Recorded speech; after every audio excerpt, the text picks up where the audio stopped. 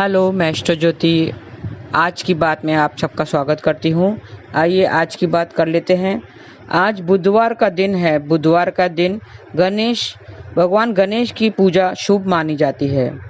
भगवान गणेश का दिन है, आज बुधवार का दिन है और आज चतुर्थी तिथि है और आज के दिन संकष्टी श्री गणेश चतुर्थी व्रत है। तो संकष्टी श्री गणेश चतुर्थी मनाया जाता है। भगवान गणेश बुद्धि, समृद्धि और सौभाग्य देने वाले हैं। आज के व्रत से सभी समस्याओं का समाधान निकलता है। यह व्रत सुबह से लेकर चंद्रोदय होने तक किया जाता है और चंद्रमा को अर्घ देने के बाद इसका पारण होता है। थोड़े से उपाय मैं बता देती हूँ। हर एक दिन के उपाय रहते हैं। आज की उत्तर आषाढ़ नक्षत्र है, जो सूर्य का नक्षत्र है, तो सूर्य को अर्घ देना चाहिए, सूर्य को नमस्कार करना चाहिए। और कुछ उपाय हैं। आज अच्छी नौकरी के लिए घी में बेसन भूनकर पीसी हुई शक्कर मिलाएं, भगवान को नमस्कार करके प्रसाद का भोग लगाएं और श्री गणेश की मूर्ति को 3 बार परिक्रमा करें। थोड़े से उपाय हैं, ये छोटे छोटे गणेश जी के उपाय हैं, वो करने से आपको सफलता जरूर मिलेगी। आपके हर काम सफल होंगे।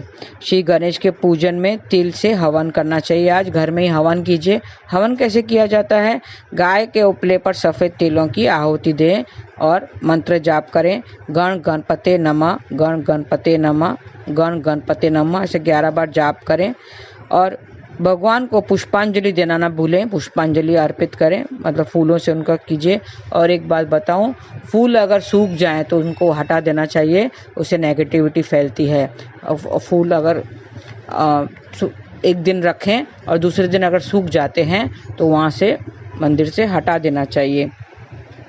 तो इस तरह से छोटे से उपाय हैं।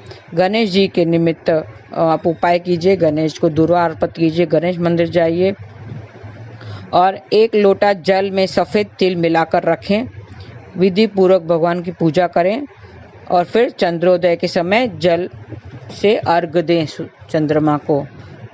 तो इससे आपको हर काम में सफलता मिलेगी। और गोमती चक्र आते हैं, 5 गोमती चक्र लें, भगवान के चरणों में रखें।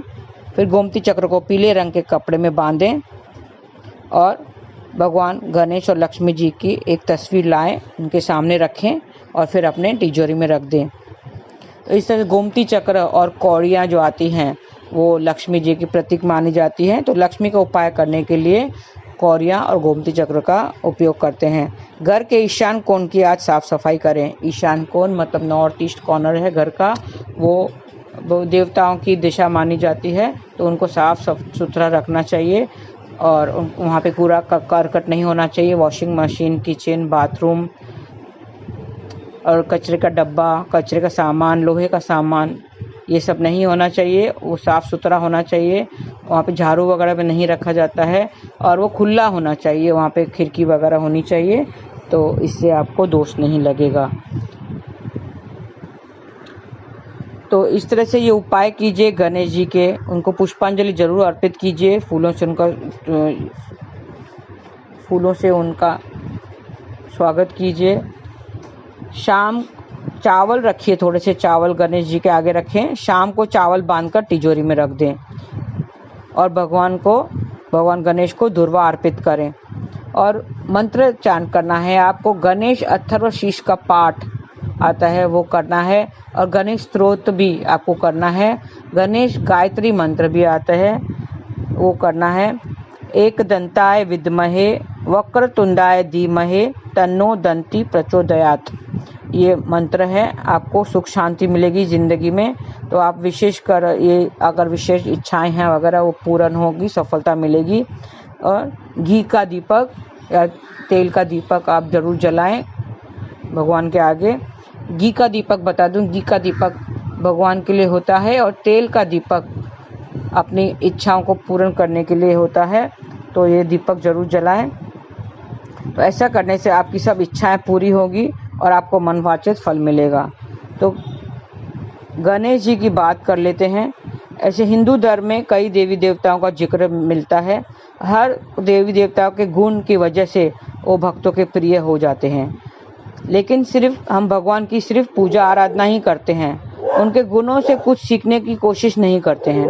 अगर हम इन गुणों को अपने जीवन में उतार लें तो हमारा जीवन पूरी तरह से सफल हो सकता है।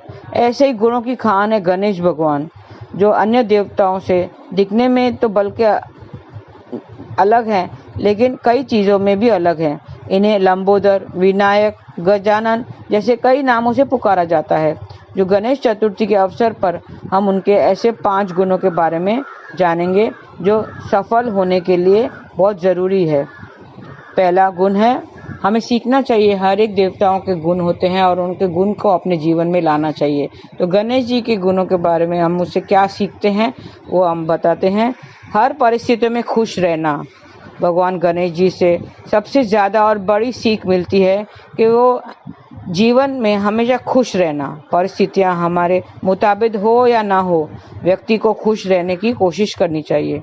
अंदर से खुश रहने वाला व्यक्ति बड़ी से बड़ी मुश्किल को आसानी से पार कर लेता है। भगवान गणेश को सबसे खुश रहने वाला देवता माना जाता है। हम बाहर से खुशी दिखाते हैं, लेकिन अंदर से हमारा मन अशांत होता है, हम खुश नहीं होते। हमारे बहुत सारी मुश्किलें, दुख दर्द लेकर हम बैठे रहते हैं और खुश नहीं रहते अंदर से।